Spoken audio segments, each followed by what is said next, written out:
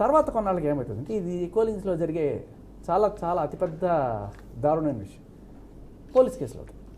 ఏంటంటే వీడు నన్ను ప్రేమించడము, తర్వాత పెళ్లి చేసుకుంటానని చెప్పాడు, నాతో తిరిగాడు, నన్ను ఓయోకి తీసుకెళ్ళాడు, లేకపోతే ఇదే కోలింగ్లోనే ఎక్కడో జరిగిపోయింది, ఇప్పుడు నాకు ఏమిటి అని చెప్పి ఆమె కేసు పెడితే వీడి మీద ఏం పెడతారు? అత్యాచారం కేసు పెడతారు సాధారణంగా.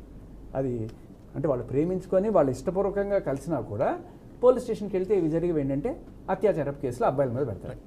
సో ఇక్కడ అమ్మాయిలకి పూర్తి రక్షణ ఉంది అక్కడ ఉండే వాళ్ళకి ఏదన్నా సరే నిజంగా అబ్బాయి మోసం చేస్తే వెళ్ళి కేసు పెడితే వాడి మీద అత్యాచారం 10 ఏళ్ళు ఇది పెడతారు. కానీ అబ్బాయికి ఏం రక్షణ ఉంది? వాడిని అదే పనిగా ఒరే నాకేం అక్కర్లేదు, నాకు పెళ్ళి అక్కర్లేదు, పెటాకులు అక్కర్లేదు, మన ఇద్దరం కలిసి తిరుగుదాం, ఎంజాయ్ చేద్దాం అనే కోణంలో వాడిని నమ్మించి వాడిని తీసుకెళ్ళి ఫైనల్గా వాడితో ఏదైనా అయిన తర్వాత, లేకపోతే అవ్వకపోయినా కూడా జస్ట్ ఒక చాట్ చాలు. మీరు మన బండి భగీరథ కేసు తీసుకున్న దాంట్లో ఏముంది? ఓ 4 చాట్లు ఉంటే చాలు, కేసు రిజిస్టర్ చేస్తారు పోలీసులు. ఇంకా తర్వాత పొరపాటున అక్కడ 18 బిలో అమ్మాయి ఉందనుకోండి, అది పోక్సో కేసులు కూడా అవుతాయి. సో వీళ్ళ అబ్బాయిలకు ముఖ్యంగా తెలుసుకోవాల్సిన విషయం ఏంటంటే మీరు చాలా పెద్ద ట్రాప్లోకి వెళ్తున్నారు.